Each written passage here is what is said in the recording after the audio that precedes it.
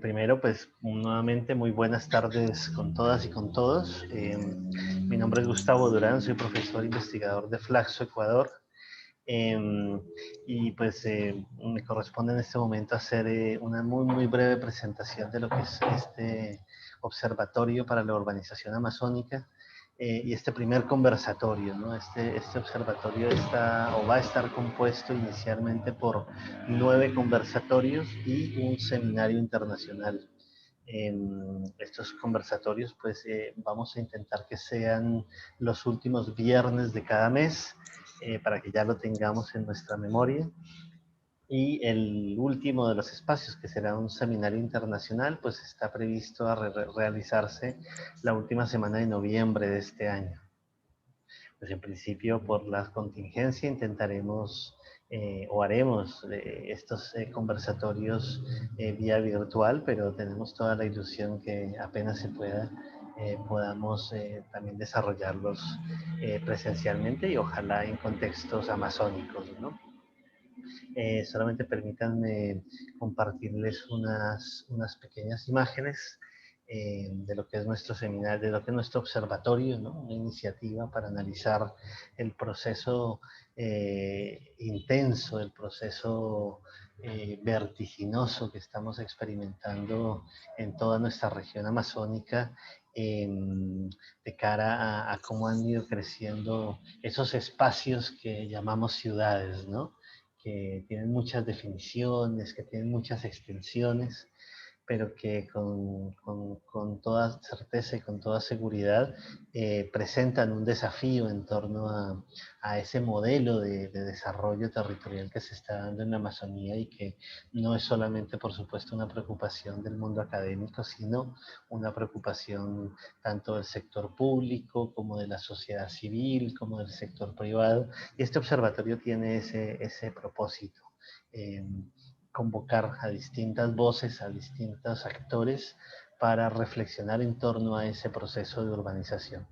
Este es un espacio que hemos concebido inicialmente desde 3 universidades, la FLAXO, la Facultad Latinoamericana de Ciencias Sociales, IQIAM, la Universidad Regional Amazónica, y el ISTEC, PUSE Amazonía, que es una institución de educación superior también muy prestigiosa y con mucha trayectoria, con presencia en la Amazonía, fundamentalmente en Sucumbíos. Yo quisiera solamente darle la palabra unos segunditos a mis compañeros de ITIAM y del ISTEC Puse Amazonía para que hagan un corto saludo antes de comenzar ya nuestro primer observatorio. Entonces quisiera darle la palabra a Irene de ITIAM para que nos pueda saludar y hacer este momento de instalación e inauguración de nuestro observatorio. Irene, ¿estás por ahí? Sí, claro que sí. Bueno, muchísimas gracias. Muy buenas tardes a todos.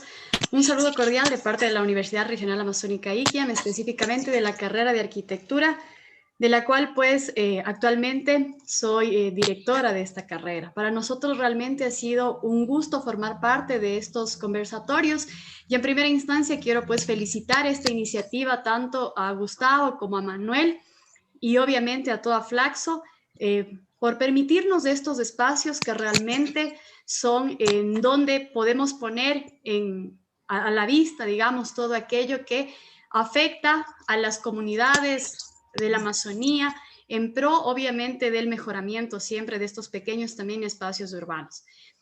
Quiero a su vez también pues indicarles que varias temáticas se tratarán dentro de estos conversatorios. Nos interesa muchísimo, por ejemplo, hablar de morfología urbana para poder analizar cómo la Amazonía ha ido evolucionando a lo largo de la historia, ¿no es cierto? Y esa interacción que obviamente han tenido en cuanto a la parte social, económica.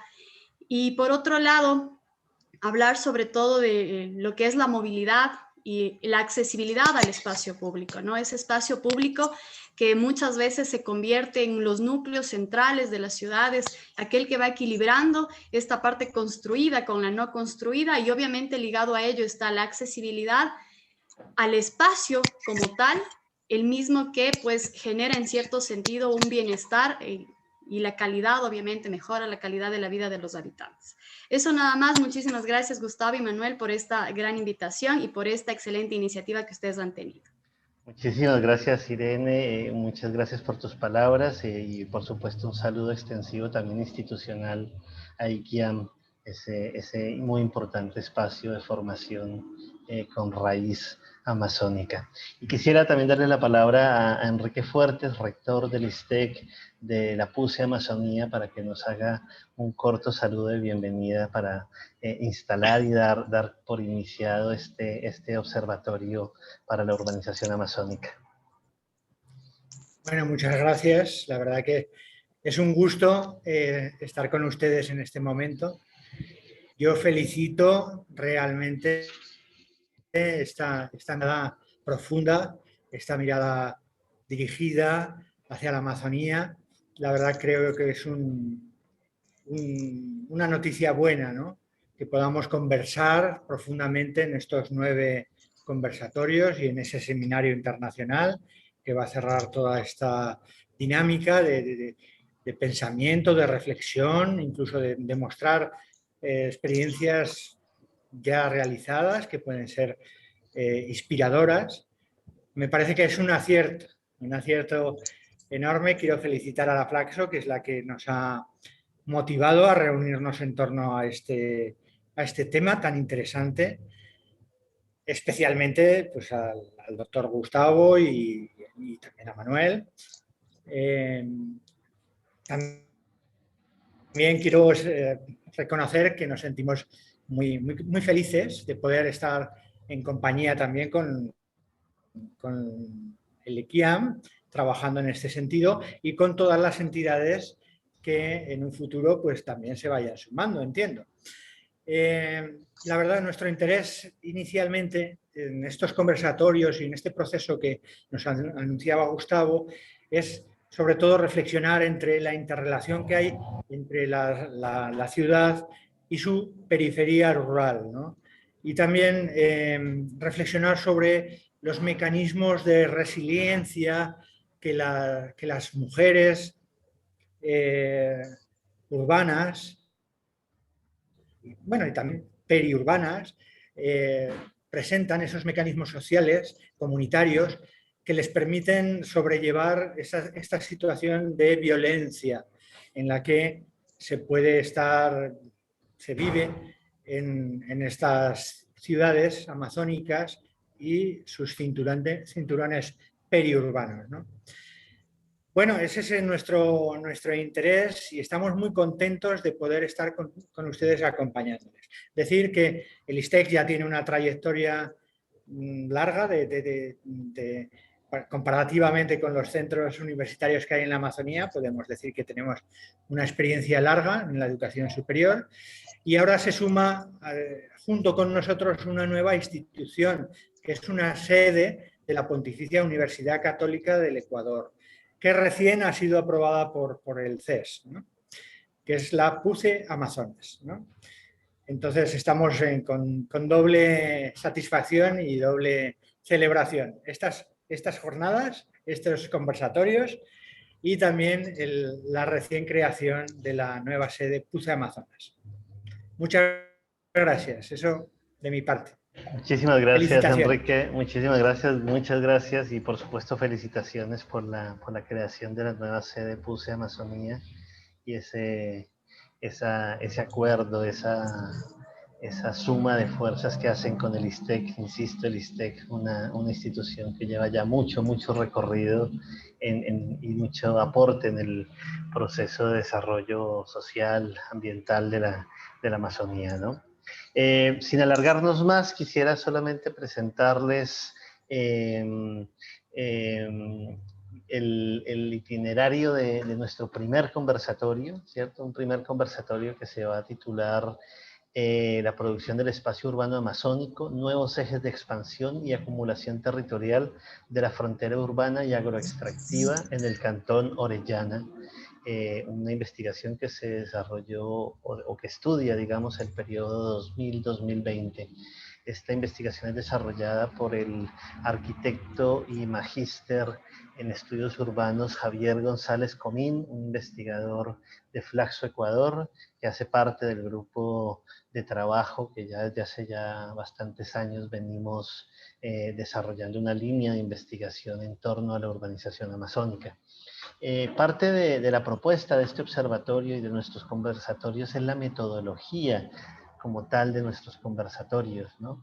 Nosotros nos hemos decidido, y esto pues obviamente lo ponemos en consideración de nuestro auditorio y de nuestro público, una metodología en la cual, en este caso, la conferencia inaugural, que es la conferencia de Javier, va a ser una conferencia corta, ¿cierto? No va a presentar toda su gran investigación de forma extensa, sino que seleccionó algunos elementos importantes para detonar unas reflexiones, ¿no? Ese es el objetivo y la función de la conferencia inaugural. Y luego de esa conferencia inaugural vamos a tener unos comentaristas. Esos comentaristas van a responder unas preguntas que les tenemos ya previamente preparadas y que por supuesto conocen de antemano. Y son preguntas que, por supuesto, están referidas a la presentación que vamos a escuchar y preguntas que, por supuesto, están dirigidas a su experiencia, digamos, como actor dentro del proceso de desarrollo urbano amazónico. Nosotros vamos a intentar que dentro de la mesa de comentaristas siempre haya alguien de la academia, siempre haya alguien del sector público y siempre haya alguien de la sociedad civil organizada, de las asociaciones, de los distintos movimientos que representan la acción colectiva en el contexto urbano, territorial de la Amazonía. Y es por eso que también hoy quiero darles la bienvenida no solamente a Javier González y agradecerle por su presentación, sino también a Karina Cherres, docente de la carrera de Arquitectura Sostenible de ITIAM, a Germán Ortega, director de Ordenamiento Territorial del GAD Municipal de Francisco Orellana, y al señor José Eduardo Angulo, presidente del barrio Ñucanchihuasi y representante de la Federación de Barrios del Coca. Creo que hoy tenemos una mesa muy interesante, digamos, con personas que tienen de verdad mucha experiencia, pero sobre todo mucho compromiso en el desarrollo de nuestras ciudades amazónicas. Así que sin más, yo al final les podré comentar un poquito la próxima agenda que tendremos del observatorio, pero yo ya quiero que comencemos. Así que en este momento le voy a dar la palabra a Javier González Comín para que nos haga su presentación inicial para que sea ese momento detonante de nuestro observatorio. Así que Javier, te doy la bienvenida, voy a dejar de compartir yo para que tú puedas también compartir tu presentación y por supuesto te damos las gracias y ahora la palabra es tuya. Bueno, muy amable Gustavo por la presentación. Buenas tardes a todas y a todos. Les voy a compartir la presentación. A ver.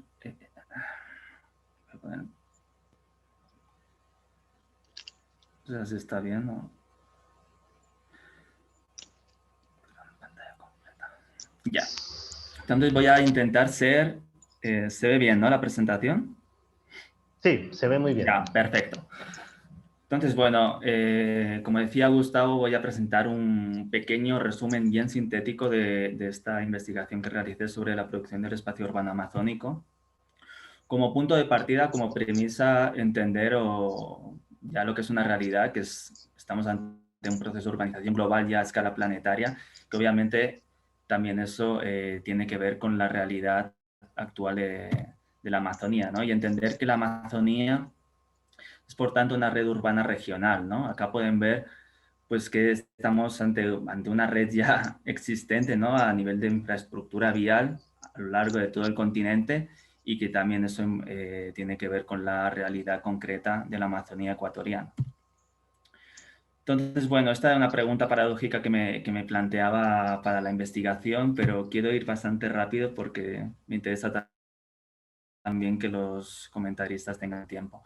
Entonces, el marco analítico que yo planteé se basaba básicamente en tres momentos. Por un lado, este proceso de extracción o de explotación del territorio como un tipo o un modo de organización histórico-social del espacio amazónico a partir de un desarrollo extractivista del mismo, ¿no? Un segundo momento que tiene que ver con el proceso de urbanización, en este caso una urbanización planetaria y también extendida a lo largo del territorio y que consolida y expande continuamente ese tejido urbano. Y un tercer momento que tiene que ver con un proceso de acumulación y de reproducción ampliada del capital, ¿no? Bueno, este es el marco analítico que utilicé para la investigación. El área de estudio que se utiliza una metodología a base de fuentes secundarias, básicamente basándome en la realidad del mapa de bloques petroleros que existe en el país, en el valor agregado bruto que tienen las provincias del país y por lo tanto eso me determinaba como unas áreas de estudio que están ampliamente especializadas en la actividad petrolera, que son las provincias de Sucumbíos y Orellana. Para en un segundo momento de la investigación poder hacer un zoom, ¿no?, más detallado en el cantón Orellana como área de estudio final. Entonces, por un lado, el proceso de extracción que les comentaba, ¿no? Acá se puede ver en un espacio del año 2009 al año 2018 que básicamente abarca lo que fue el gobierno de la Revolución Ciudadana, pues pueden ver en lo que sería como el área productiva enfocada a la extracción de petróleo, gas natural y actividades de servicios, como obviamente prácticamente más de la mitad lo abarca la región amazónica, ¿no? Como en 2012, durante el mayor auge de las commodities, pues esta producción se elevó mucho. Ya para el 2015 hubo un gran descenso y en el 2018 como que se estabilizó, ¿no? Y entonces para analizar este proceso de extracción yo me basé en un índice de productividad, un índice de equidad e inclusión social y luego establecí una asociación entre estos dos índices, ¿no?, de productividad y equidad social. Respecto al índice de productividad, lo más llamativo, digamos, estas son las variables que utilicé, pero lo más llamativo que me gustaría comentar es esa paradoja que existe en la región y sobre todo lo que pasaba con la provincia de Orellana. Es decir, por un lado, el índice del PIB per cápita era más alto en relación con la región amazónica y con la media del país.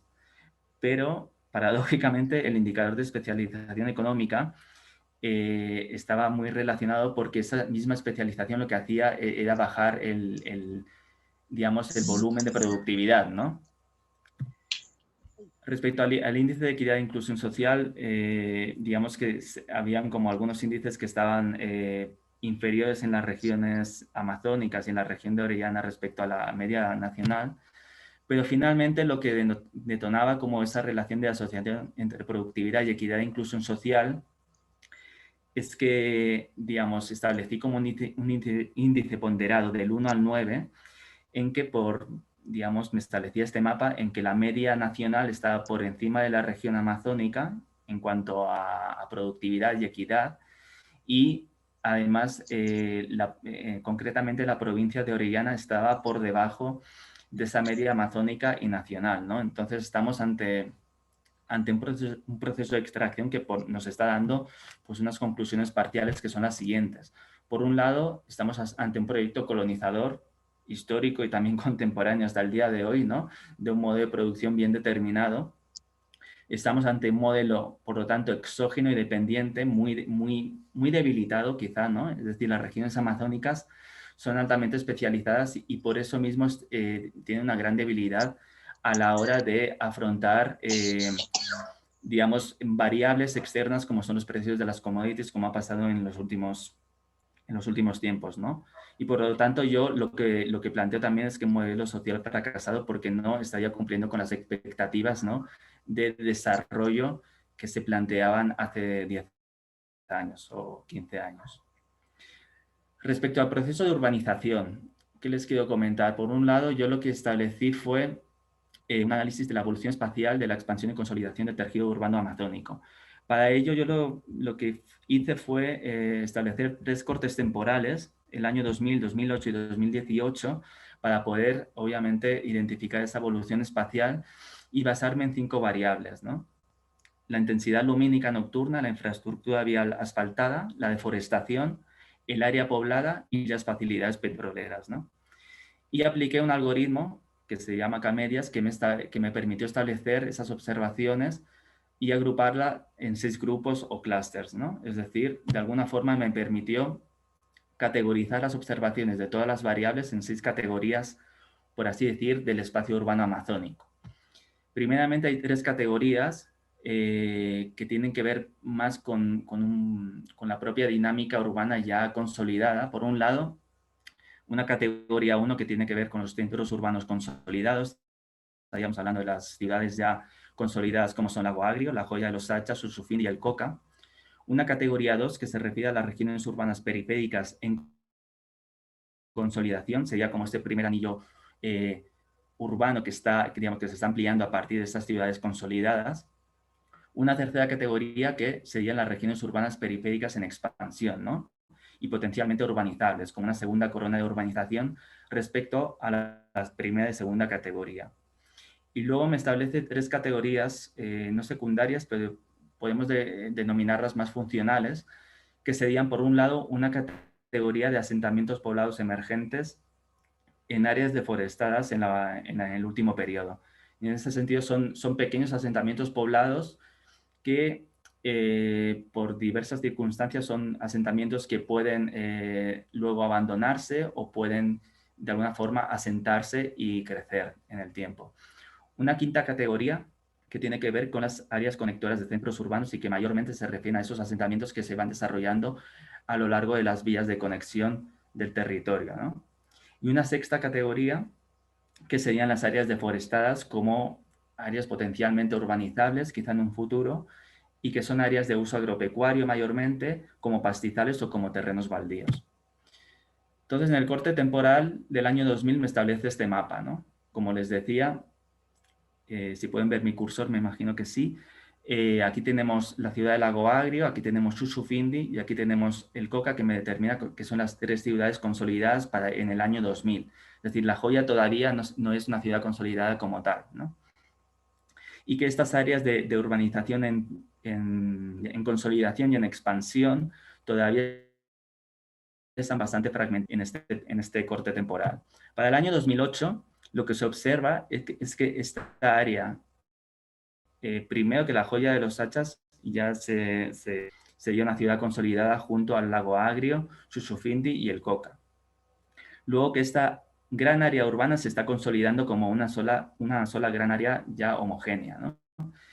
Y como en este periodo del año 2000 a 2008 es el periodo también que hay mayor deforestación del territorio que delimita el área de la provincia de Sucumbíos y Orellana. Y para el año 2018 lo que se puede identificar es una consolidación de lo que ya se vio en el 2008, es decir, una gran área homogénea, ya consolidada, de las 4 ciudades, y de alguna forma también se están consolidando estas grandes o pequeñas células urbanas en el sector oriente y sur del área de estudio. Por lo tanto, aquí lo que se puede ver es un poco esa evolución temporal que les estoy comentando, evolución temporal espacial, desde el año 2000 hasta el año 2018 en estos 3 cortes temporales, ¿no? Esto que me permite obtener como conclusiones parciales, pues esa culminación espaciotemporal de la producción del espacio urbano amazónico, que se ha establecido efectivamente una red de sistemas urbanos en transformación continua, mediante un proceso dialéctico de esos tejidos que se consolidan y que se van expandiendo a lo largo del tiempo. Un doble proceso, por un lado, el fortalecimiento y consolidación de las 4 ciudades del norte amazónico, por otro lado, un proceso de expansión urbano permanente e irreversible. También establece esa gran región urbana de la Amazonía Norte, ¿no? Ya como una gran región urbana que seguramente da indicios o da, digamos, ciertos datos hacia dónde debería como enfocarse la política pública urbana y territorial para afrontar esta gran región urbana y todos los desafíos que conlleva, ¿no? y como también que la expansión urbana hacia el suroriente del Cantón Orellana supone un proceso acelerado que amenaza las áreas protegidas, sobre todo en este caso del Parque Nacional Yasuní. Por último, el proceso de acumulación. El proceso de acumulación, en un primer momento, yo lo que les presento es un análisis de la localización de servicios en el cantón. Ahora estaríamos en proceso de acumulación en el Cantón Orellana específicamente, ¿no? Y para esa localización de servicios, yo me basé en dos categorías. Por un lado, bienes y servicios, y por otro, lo que sería el extractivismo, ¿no? Y estas dos categorías económicas lo que permiten establecer a través de un estudio de mapa de clústeres, de autocorrelación espacial, son unas centralidades emergentes, ¿no? Por un lado, aquí donde estoy señalando estaría el Coca, como un gran centro urbano del cantón, obviamente, pero luego cómo se han ido generando nuevas centralidades en torno a la Yuma y en torno al final de la vía Auca hacia el sur, ¿no? Y luego como pequeñas centralidades que se están como determinando a lo largo del río Napo, ¿no? Aquí estaríamos en el Edén, pero como poco a poco se van determinando esas pequeñas centralidades que en este mapa ya más ponderado pues me permite ver desde zonas más centrales hasta zonas menos centrales, que serían las de color verde, y las zonas no centrales, ¿no? Entonces, por un lado, este proceso de acumulación permite ver cómo desde esa centralidad que es el COCA, cómo se han ido en el tiempo, en estos últimos 20 años, desarrollando con una gran intensidad estas centralidades tanto hacia el sur como hacia el oriente a través del río Napo, hacia el sur a través de la vía Auca, ¿no? Y un segundo análisis que les planteo es la expansión de la frontera urbana y agroextractiva, ¿no? Este análisis, por un lado, permite de alguna forma establecerlo o meternos más en lo que es la política de ordenamiento territorial que se ha dado a lo largo de la historia, ¿no? Y cómo la planificación y ordenamiento del territorio amazónico responde, por lo tanto, a una construcción política del espacio. Entonces, ahí les planteo una serie de dimensiones que lo que han hecho a lo largo de la historia es ir ordenando ese territorio, ¿no? Por un lado, lo que sería como una infraestructura de transporte a través de las vías, tanto viarias como de la vía de Río Napo, que también es una vía de transporte muy importante, las áreas protegidas como tal, el mapa de bloques petroleros como un mapa que realmente determina y ordena el territorio amazónico, y la división administrativa territorial, que muchas veces no corresponde al desarrollo urbano que se está dando en el territorio, ¿no? Y por último, este mapa catastral, que vamos a desarrollar más adelante con el análisis que se realizó, ¿no? Esto es un poco un mapa de área de influencias, es decir, a través de las vías de transporte, como, digamos, se puede establecer que a menos de 100 metros de estas vías de transporte ya se encuentran, digamos, son áreas deforestadas, áreas de tierras agropecuarias y en muchos casos también áreas donde se establecen las facilidades petroleras. Es decir, las vías de transporte obviamente determinan claramente hacia dónde luego se desarrolla tanto el tejido urbano como la frontera agroextractiva del territorio. Y esto es un poco la investigación que realicé en esta dimensión, ¿no? Que era un poco analizar la tasa de ampliación de la frontera agroextractiva relacionada con la superficie de los lotes. Y hay una relación muy evidente entre los territorios más grandes, que muchas veces corresponden es decir, estamos hablando de predios mayores a 500 hectáreas, que en muchas ocasiones son lotes que pertenecen a comunidades indígenas, ¿no? Y por lo tanto son lotes que se han visto en ese sentido más protegidos frente al avance urbano y de la actividad petrolera, ¿no? Como puede verse aquí, son áreas menos deforestadas. Pero en contraposición, los predios menores y sobre todo en torno a 1 a 5 hectáreas son territorios que se corresponden mucho más con la infraestructura vial que estábamos viendo anteriormente y mayormente en porcentaje son predios mucho más deforestados y castigados actualmente, ¿no? Entonces, ese valor medio ponderado que pueden ver aquí de 1 a 5 y en relación con la tipología predial de mayor a menor superficie, se puede ver como mayor superficie significa un valor ponderado muy menor, significa, digamos, menor, que está menos golpeado por la ampliación de la frontera urbana y agroextractiva, y a medida que vamos disminuyendo la tipología de la superficie predial, ese valor va aumentando, ¿no? Este sería un mapa de la tasa ponderada. Y estas conclusiones parciales que les planteo respecto a esta dimensión, ¿no? Que la acumulación territorial se debe especialmente a mecanismos de desposesión, como puede ser esa localización concentrada de los bienes y servicios que les estaba comentando, o la política territorial que ha impulsado una progresiva ampliación de la frontera agroextractiva a través también de la fragmentación territorial, ¿no? Y de la tipología predial. Y ver también la política de ordenamiento territorial, que históricamente ha sido un mecanismo de expulsión, de colonización y de ocupación y expulsión, perdón, de las comunidades indígenas, que esa estructuración predial que define una determinada morfología territorial de fragmentación y control, es decir, de ocupación, fragmentación, deforestación y de la actividad agropecuaria y de terrenos baldíos. Y todos estos mecanismos expresan, evidentemente, un inevitable proceso de acumulación, de sobreacumulación y de reproducción ampliada, de un proceso que se va retroalimentando continuamente, ¿no? Por último, plantearles este mapa, ¿no? Que es un mapa que superpone estos procesos que les he comentado de extracción, de urbanización y de acumulación. Un mapa sería, en este caso, de acumulación y violencias territoriales, en el que se superponen el tejido urbano planteado en la evolución urbana del territorio, con esas centralidades urbanas agroextractivas, y la frontera que se ha ido ampliando en este periodo, ¿no?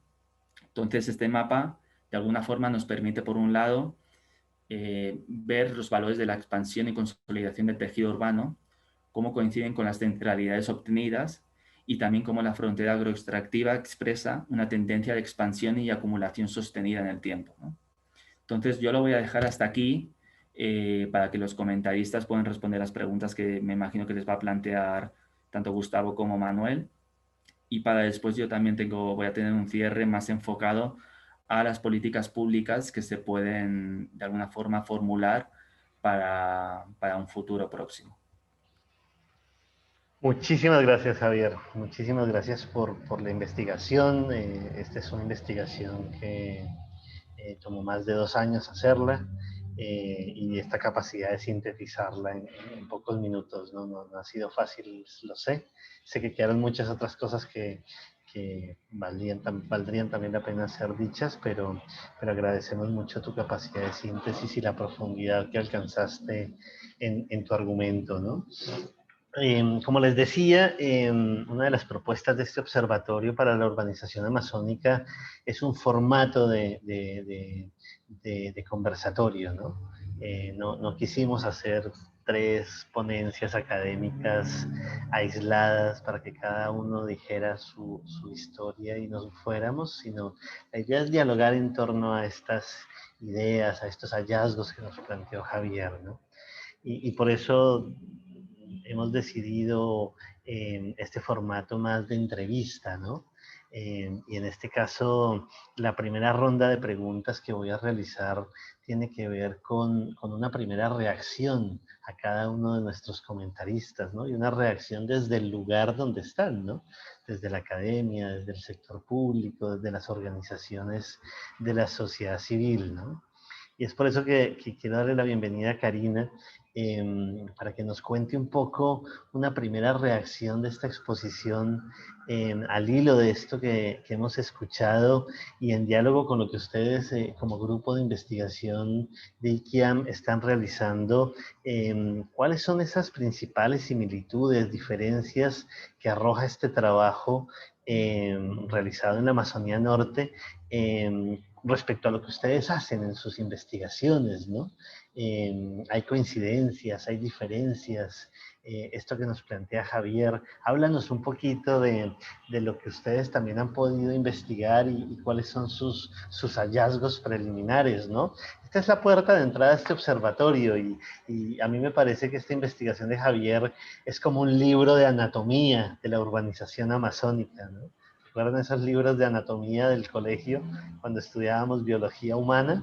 A mí me parece que estos mapas que nos presenta Manuel es un poco eso.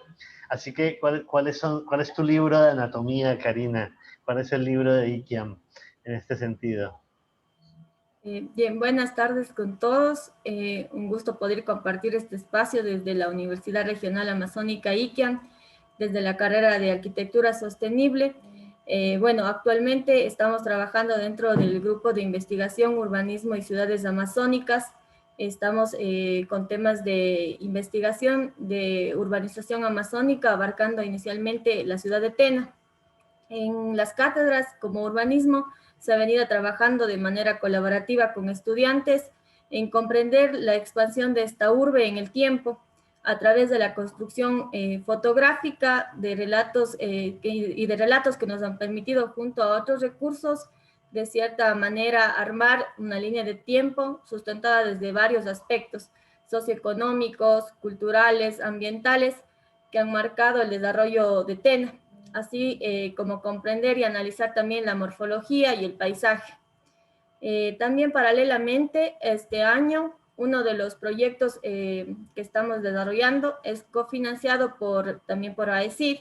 Estudia a profundidad una problemática socioeconómica que caracteriza la matriz productiva de las ciudades amazónicas, que es el comercio informal, que lo tratamos como un denominador común de los centros urbanos.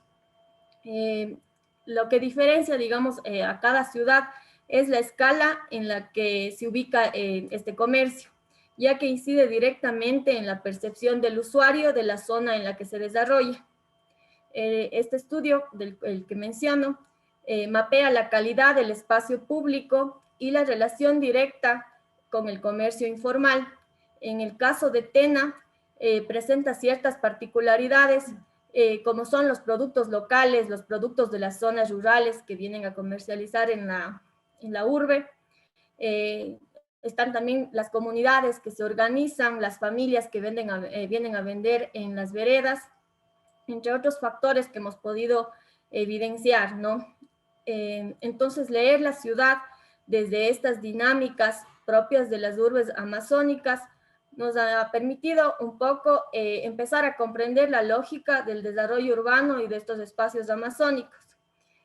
Un poco la idea que tenemos al finalizar esta investigación es que los resultados nos permitan tener criterios para plantear estrategias para la política pública, por una parte. También, como decía Javier, es poder identificar cuáles son, en el caso de Tena, los lugares, las centralidades de este comercio, porque cerca de estas centralidades son los lugares donde se desarrollan diferente la parte urbana de la ciudad, donde se caracteriza la ciudad de manera distinta, según lo que hemos ido identificando en este tiempo, ¿no? Finalmente, lo que quería compartirles es la interrogante que surge de esta etapa que hemos desarrollado ya de la investigación, que es ¿por qué, si las actividades comerciales son puntos que generan grandes concentraciones socioeconómicas diariamente en el desarrollo urbano de la región, el desarrollo urbano de la región amazónica sigue siendo tan disperso? Eso es lo que les podía compartir de manera sintética sobre lo que en la Universidad Amazónica estamos desarrollando y en el grupo de investigación. Gracias. Muchísimas gracias, Karina. Muchísimas gracias. Y en tu respuesta vemos varias coincidencias, ¿no?, con los estudios que hacemos en la Flaxo. Esto último que mencionas es fundamental, ¿no? El patrón de ciudad dispersa que estamos experimentando en la Amazonía ecuatoriana, ¿no?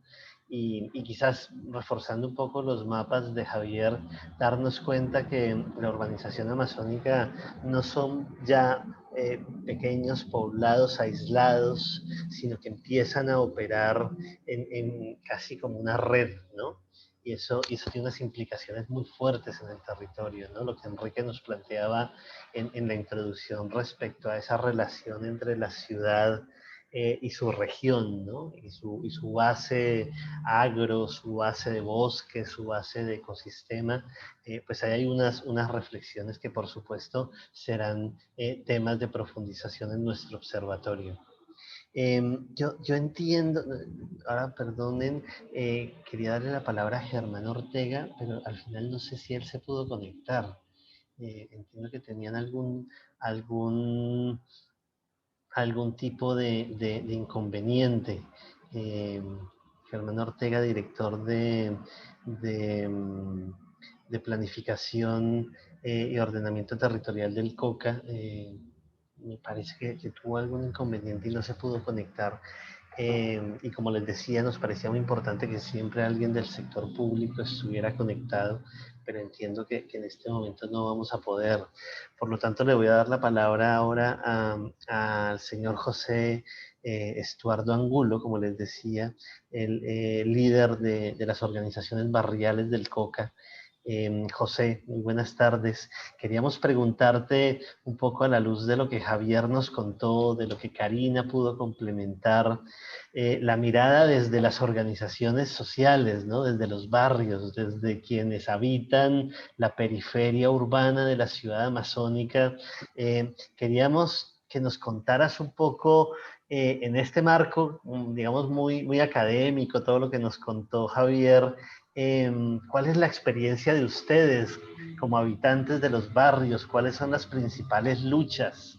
¿Cuáles son las principales necesidades que articulan las organizaciones de los barrios en una ciudad como el COCA, ¿no? Te queríamos escuchar en ese sentido, ¿no? Porque obviamente una cosa es lo que podemos apreciar desde la academia, desde nuestros distintos instrumentos de observación, pero otra cosa es la experiencia diaria y cotidiana del barrio, de la periferia, de las necesidades, de las luchas. Cuéntanos un poco de eso, José, y te doy las buenas tardes. Bueno, primeramente, buenas tardes. Quiero darle gracias a Dios. Gracias por la invitación a los compañeros de Flaxo, de Iquian, Istec, de Contestec, de Puche. Y creo que es importante ir abarcando esta situación sobre el tema de la vivienda, de la situación de la Amazonía, que es un poco complejo.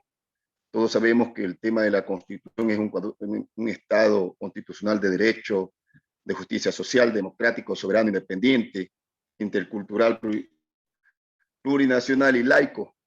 Todos sabemos que también se constituye también en la Ley Orgánica de Participación Ciudadana, en su artículo 29 y 30, y también lo que hablamos, el artículo 61 de la Constitución, que son los derechos de participación, el artículo 66, el 26, 26, 27, sobre el tema de la libertad, el derecho a la situación que nos consterna acá en la Amazonía. Como ustedes lo han manifestado, han hecho un levantamiento o una planeación en la situación que nos enverge, afecta en la situación acá en la Amazonía, principalmente las provincias que sucumbidos, Orellana principalmente, donde se está haciendo el 62% de la extracción, también Napo y también algo de Pastaza, que también abarca la situación, que afecta a nuestras comunas y comunidades, lo que se abarca el artículo 57 de la Constitución, que no ni se hace la consulta previa. Acá en estos temas es muy complejo, Karina, Enrique, la situación desde la perspectiva monótona que nos encontramos acá en las periferias urbanas del Cantón Francisco Orellana y también de sus cabeceras parroquiales, que también emergen diferentes situaciones en tema de territorio. Acá hay pequeños asentamientos irregulares que vamos a encontrar al camino en la vía Lauca, vía Los Zorros, el tema también a nivel de la provincia de Orellana, lo que es la Joya de los Hacha, lo que es Loreto.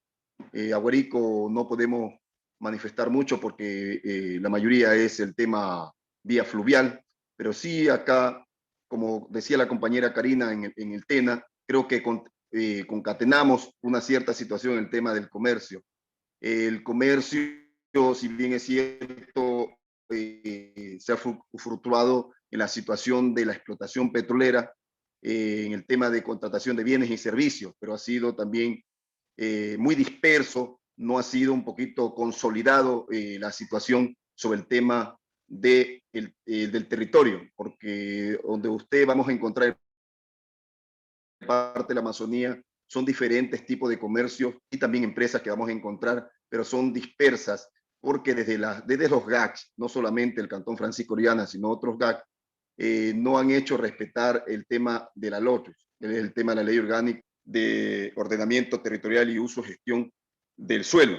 En este tema creo que más nos ha afectado en sí a la población, a las pequeñas personas y familias de extrema pobreza que quieren adquirir a veces un lote de terreno y más se han empeñado al tema de un desordenamiento territorial en el tema de adquisición de lotes de terrenos en el Cantón Francisco Orellana que usted va a encontrar, no tiene un 100% de consolidación, ni tampoco un 100% de legalización en estos aspectos, porque acá en el Cantón Francisco Orellana tenemos el del 18 al 22% de una población flotante. ¿Cuál es la población flotante? Que viene felizmente a esta tierra tan bendita que es el Cantón Francisco Orellana y la provincia, de diferentes provincias del país a asentarse acá porque vienen a trabajar en las empresas petroleras. Y es un poco monótono de lo que manifestaba la compañera, el tema de la morfología del territorio, porque acá una parte es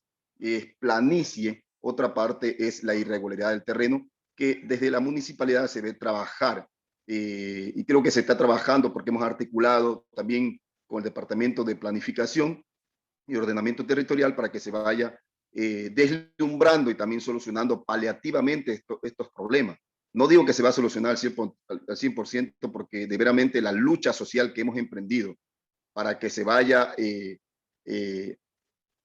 erradicando esta situación del comercio de la tierra acá en el tema de la explotación, en el tema de las fincas o si no las comunas, vamos trabajando de a poco con la institución municipal y también los entes encargados en este aspecto de ir solucionando paliativamente esta situación. Es complejo acá, diverso técnicamente, como usted lo manifiesta, una cosa es técnicamente, otra cosa es vivir en territorio y también estar de codo a codo con la ciudadanía. Otra cosa que tenemos acá, la dispersión de la población, de las familias, porque acá hay familias, un 25% del sector de las comunas vive también en el Cantón Francisco Orellana, que es el casco de la capital de la provincia de Orellana, porque los hijos también ya trabajan y también estudian en el tema de educación superior y también secundaria.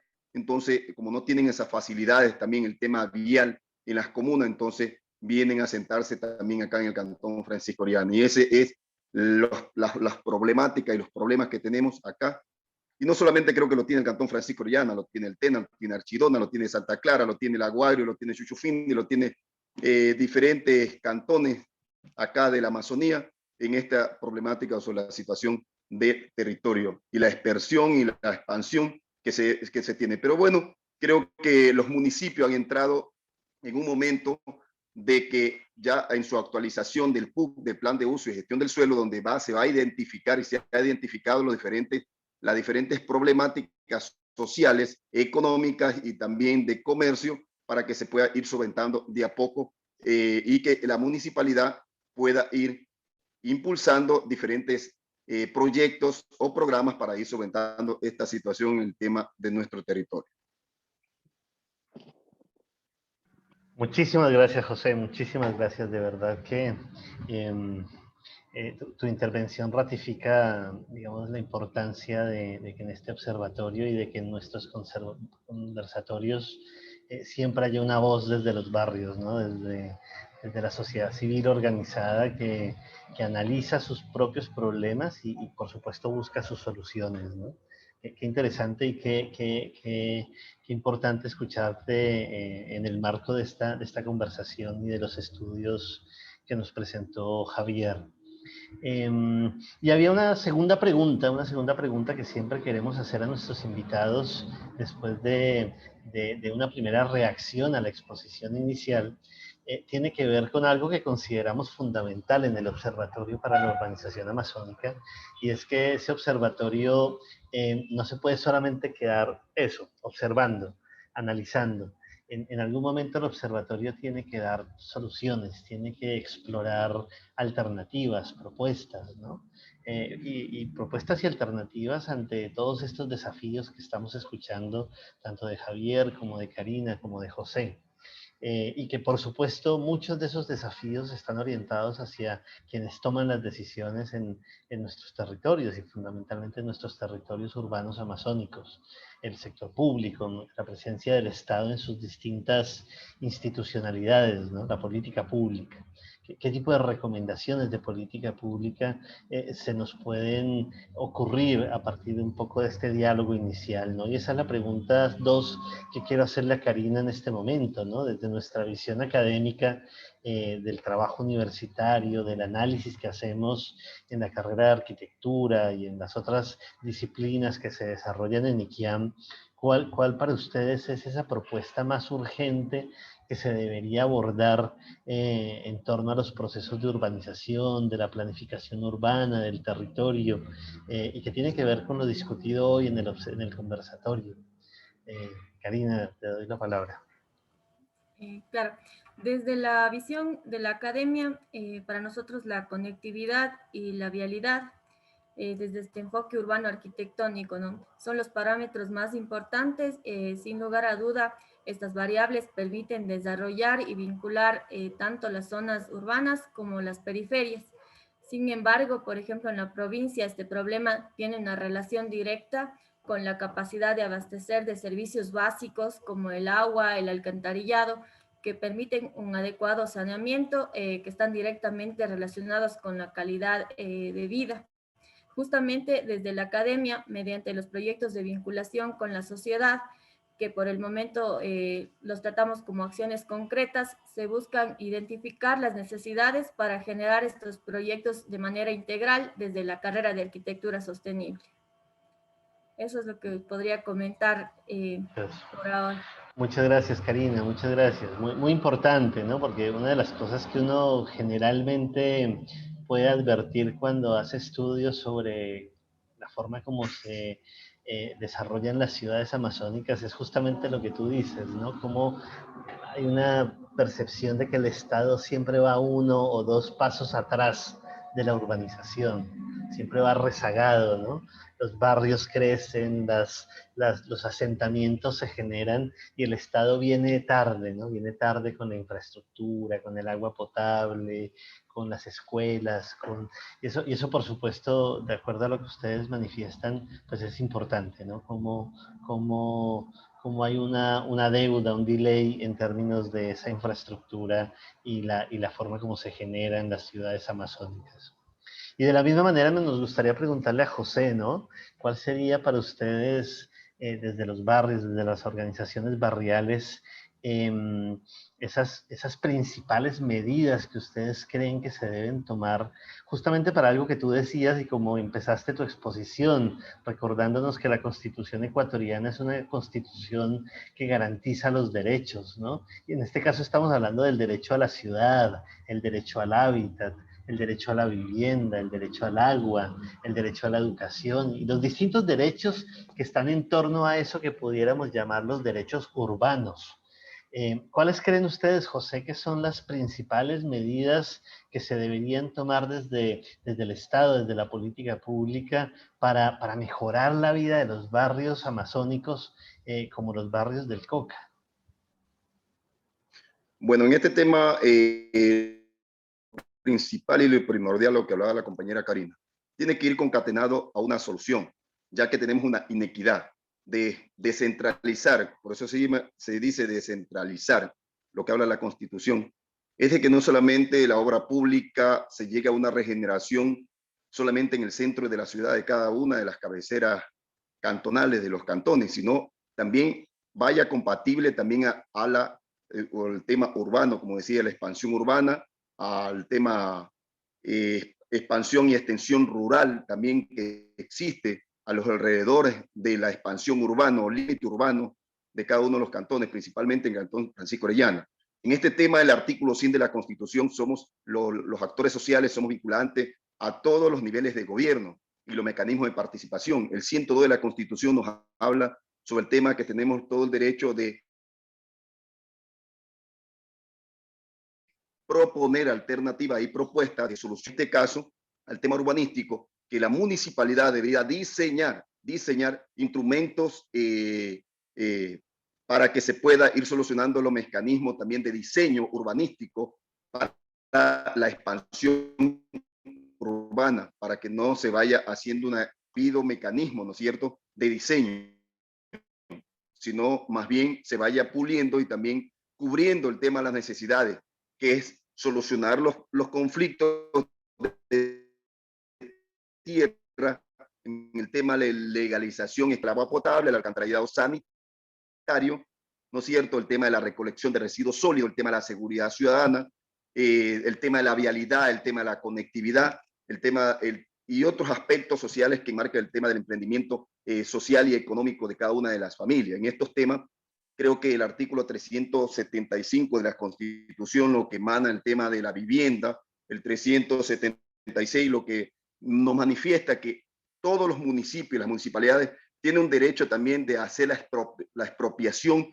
de terrenos, de fincas, también para solventar la situación de los programas de vivienda de interés social, para que pueda ir satisfaciendo esa necesidad de cada uno de los ciudadanos que necesitan en sí, con un parámetro social sostenible para que las familias puedan ir solventando esta situación de la carencia de la vivienda y de la tierra que necesita cada uno de los ciudadanos. Pero sin embargo, creo que estamos de la mano para trabajar, estamos de la mano para ir vinculando y proponiendo alternativas. Ustedes saben muy bien que cada uno de los municipios, a través del COTA, el artículo 264 de la Constitución, el artículo 1, ¿no es cierto?, sobre el tema de lo que nos manifiesta la planificar el desarrollo cantonal, y también el artículo 2 sobre el tema del plan de uso y gestión del suelo. Creo que deben empeñarse en articular con los actores sociales en territorio que conocemos la situación y la problemática, porque no es que decir que las instituciones lo pueden hacer solo, no es que los técnicos lo pueden hacer solo, hay que vincularse, hay que abrir las puertas, hay que articular unas diferentes acciones entre el poder ciudadano, entre las instituciones que son los GAC encargados del tema del uso del suelo, y también el Estado central, para ir solucionando esta problemática, y también el tema de la carencia sobre el tema de la vivienda, el acceso también al tema de la ciudad, de los diferentes acciones y obras públicas, y lo principal también la responsabilidad que tiene el ciudadano de cuidar el ambiente, porque es lo primordial, no a la contaminación, no a la deforestación, más bien unámonos para el tema de que se pueda ir solventando nueva siembra de árboles nativos de acá de la zona, para ir solventando y cuidando nuestro pulmón, que es la Amazonía a nivel del mundo. Muchísimas gracias, José. De verdad que tu aporte fundamental. Creo que marcas dos temas que son muy, muy importantes en la agenda de un observatorio que se pretende como para analizar estos procesos, y es uno, el tema de la equidad, ¿no? Yo creo que eso es una cosa que hay que reflexionar profundamente, qué significa construir equidad territorial en la Amazonía. Creo que hay un campo de análisis y de estudio muy profundo, y una equidad con participación ciudadana, ¿no? Eso a mí también me parece fundamental, ¿no? Yo creo que puedo decirlo, algunas veces he tenido la oportunidad de trabajar en la Amazonía, y también a veces te da la sensación que las soluciones caen en paracaídas, ¿no? como que vienen del centro, vienen de Quito, vienen de otras partes, y poco se tiene en cuenta la voz del habitante, de quien construye el territorio realmente. Yo creo que esos dos puntos que nos dejas, José, son muy sugerentes para lo que nos hemos planteado en este observatorio para la urbanización amazónica. Te agradezco mucho de verdad a ti y a Karina por sus respuestas. Y como punto final de la metodología, nosotros nos hemos propuesto devolverle la palabra, en este caso a Javier, a quien hizo la exposición inicial, para ver cómo reacciona él, ¿no? Y en este sentido, ¿cómo ves enriquecida tu investigación? Y un poco con la misma pregunta final que le hacía a Karina y a José respecto un poco a partir de este diálogo para ti y también a partir, por supuesto, de tu investigación, ¿cuál es esa agenda de política pública, de política de desarrollo urbano y territorial que para ti pues, tú consideras fundamental impulsarla en estos contextos de urbanización amazónica? Te doy la palabra, Javier. Ok, muy amable. Igual una pena que no haya podido estar Germán Ortega, ¿no? Porque era como la tercera pata para tener en el debate junto a los movimientos sociales y a la gente desde la academia, y faltaba ahí efectivamente la política pública, que no está de nuevo. Pero bueno, a ver, para ir por partes, yo creo que el primer planteamiento es tener en cuenta que la urbanización es irreversible, pero que el modo de crecimiento descontrolado de la expansión urbana no lo es, ¿no? Y en ese sentido, yo creo que el primer paso que debería realizarse, y es urgente, y no solo en la Amazonía, yo creo que en el resto del país, pero es recuperar y fortalecer la política pública local, ¿no? Con la capacidad de regular la planificación y ordenamiento, la gestión y financiamiento urbano y territorial. Y eso es fundamental, pues, para poder corregir esas dinámicas de desarrollo descontrolado y poner límites al crecimiento, ¿no? De alguna forma, o de alguna forma regular y controlar ese desarrollo urbano, que si no está controlado, pues nos puede llevar a casos de modelos de ciudad que tenemos en el caso de La Joya, de Shushufindi, ¿no? Con los inmensos problemas pues de seguridad, de salubridad, de justicia social y espacial, ¿no? Y en ese caso, creo que la primera clave en este asunto, para resumir, es poner hincapié en fortalecer la política pública local desde la política del suelo, ¿no? Si no nos metemos en la política del suelo, poco vamos a hacer, ¿no? Sino simplemente ir poniendo parches a los problemas, en lugar de ir a la raíz del problema. En segundo lugar, y en el caso amazónico, yo creo que es necesario incorporar con más fuerza la componente rural.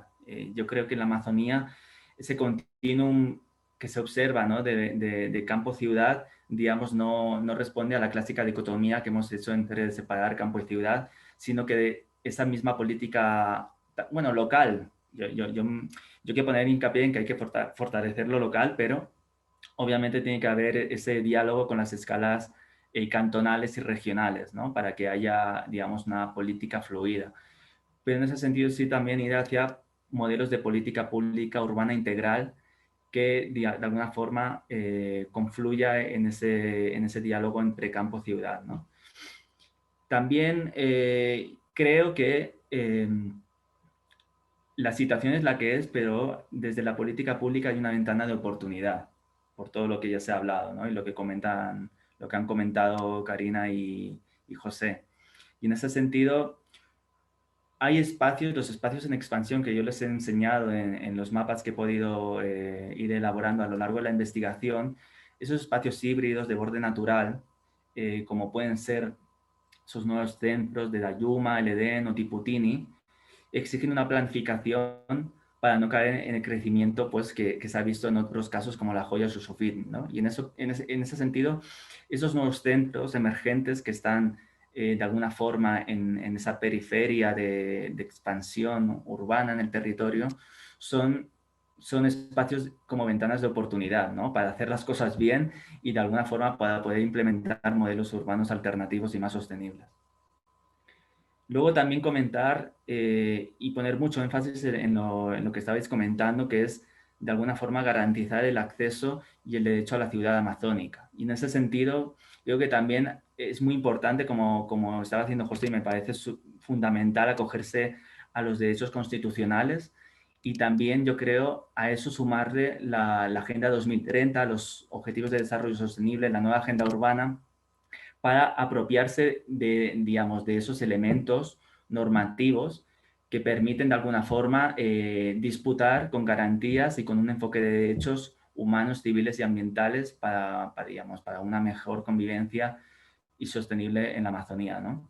Y por último, también hacer hincapié en el rol de la academia. Yo creo que la academia debe ser una fuente de insumos en la formulación de la política pública amazónica.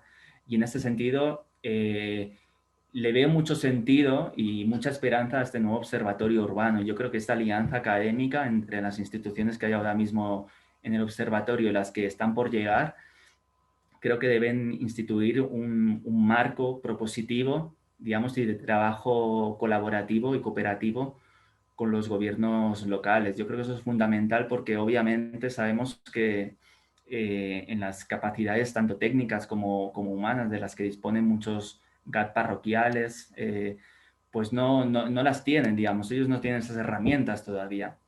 Pero es importante que desde la academia y desde el observatorio se le puedan dar esas herramientas, también desde digamos, desde la normativa, desde el conocimiento del COTAD, de la LOTUX, para que se puedan implementar y ser instrumentos efectivos y que se puedan implementar en esos territorios, ¿no? Con garantías. Entonces, yo creo que va un poco por ahí lo que quería plantearles y nada, creo que es un debate que da para mucho y que en los siguientes conversatorios pues va a continuar. Así es, Javier, así es. Y desde luego que con estas últimas palabras tuyas, pues ratificamos que estuvo muy acertado invitarte para la inauguración de este observatorio porque nos dejaste un mapa gigantesco de análisis, pero también de reflexiones para el futuro. Y yo creo que en buena parte el observatorio va a seguir un poco esas rutas que tú nos acabas de plantear y por eso quiero agradecerte una vez más tu exposición, ¿no? Destaco sobre todo esto último que planteabas del rol de la academia en estos procesos, ¿no? Y de cómo, insisto, la necesidad de dar un paso más al frente y no conformarnos solamente con buenos análisis, buenas tesis, buenas investigaciones, sino que eso, desde luego, tiene que convertirse en planteamientos, en propuestas, en gestos de nuevos horizontes para esta urbanización, que como tú dices es irreversible, pero que sí la podemos hacer de otra forma. Sí podemos diseñar un nuevo modelo de urbanización amazónica, que aunque nos tome muchos años, yo creo que es una tarea que creo que quienes estamos comprometidos con el mundo amazónico, creo que podemos desarrollarla en lo personal y en lo institucional. Así que pues eso, Javier, muchas gracias Karina, muchas gracias José por las reflexiones de hoy. Como tú dices, Javier, qué lástima que hoy no pudimos contar con el actor estatal, estaba confirmado en la agenda, pero pues seguramente algún problema tuvo, pero vamos desde luego a garantizar en los próximos conversatorios que siempre haya alguien de los GATS cantonales o provinciales, porque definitivamente ellos también tienen mucho que decir en este proceso, ¿no? Solamente quisiera terminar con una pequeña diapositiva. Permítanme compartir 2 segundos esta diapositiva en la que aquí está un poco la agenda de lo que van a ser nuestros 9 conversatorios y el segundo seminario internacional sobre la urbanización amazónica que tendremos en noviembre. Ya tenemos agendados los 2 próximos conversatorios. Un primero, el de marzo, va a tener mucho que ver con aquello que Enrique nos hablaba sobre la relación campo-ciudad en el contexto de la urbanización amazónica y muy, digamos, desde la experiencia de Nueva Loja, del Lago Agrio, y este va a ser un conversatorio liderado por ISTEC Puse Amazonía, ¿no? Y el conversatorio 3, el de abril, será un conversatorio en torno a las temáticas de movilidad, accesibilidad, espacio público, que va a ser coordinado desde ICIAM. Y este es otro punto que también quería comentarles, y es el hecho de que la agenda está abierta. Hoy hemos estado entre 35 y 40 personas conectadas, que seguramente están aquí porque tienen un interés particular en la urbanización amazónica, quizás pertenecen a alguna institución pública o privada, académica, no sé, y quizás les gustaría proponer algún conversatorio y decir, vea, a mí me gustaría hacerme cargo del observatorio de agosto, hablemos sobre vivienda, hablemos sobre medio ambiente, ¿no? Y qué interesante que lo podamos hacer, ¿no? Que este es un espacio horizontal, que no, aquí no hay jefes, que la idea es poder reflexionar y dialogar sobre una problemática y sobre un objeto de investigación y de reflexión en común, que es la urbanización amazónica. Así que, por favor, pues la agenda está abierta y por supuesto, hoy firmamos e invitamos 3 instituciones, pero que en noviembre esperamos ser muchas más. Ya hemos hecho contacto con la Universidad Estatal Amazónica, la que está en el Puyo, estamos empezando otros contactos y ojalá pues sigamos creciendo como una red de instituciones y personas que de verdad nos interesa construir un nuevo modelo de desarrollo territorial amazónico y pues hoy hemos dado ese primer paso. Así que pues nada, yo creo que nuestra idea es esta, empezar a las 5 en punto y terminar más o menos 6:15 para que esto no se haga muy pesado. Todos tenemos 85 millones de videoconferencias a la semana y esta será la última antes de que nos vayamos a descansar y por supuesto no tiene que ser muy larga ni muy pesada. De mi parte y de Manuel, de los compañeros de Flaxo, de Enrique, de Yadira, de Lola que la veo por ahí, de Karina, de Irene, de todos los compañeros de IKIAM, queremos darles las gracias por este primer paso que hemos dado y por supuesto vamos a intentar ir mejorando mes a mes. Les mandamos un abrazo. La grabación de este conversatorio va a estar inicialmente en el Facebook de Estudios Urbanos Flaxo, pero también la voy a ir distribuyendo a las organizaciones para que la puedan subir en sus propias redes y en sus sitios web para que pues, esté al alcance de todos y de todas. Por mi parte, pues nada, les agradezco de verdad mucho el espacio y nos vemos el último viernes de marzo a las 5 de la tarde. Les enviaremos los enlaces respectivos. Un abrazo grande y hasta pronto. Muchas gracias. Muchas gracias. Gracias a todos. Hasta luego. Saludos. Gracias por la invitación a todos. Besos, amigos. Gracias a todos. Muchos saludos.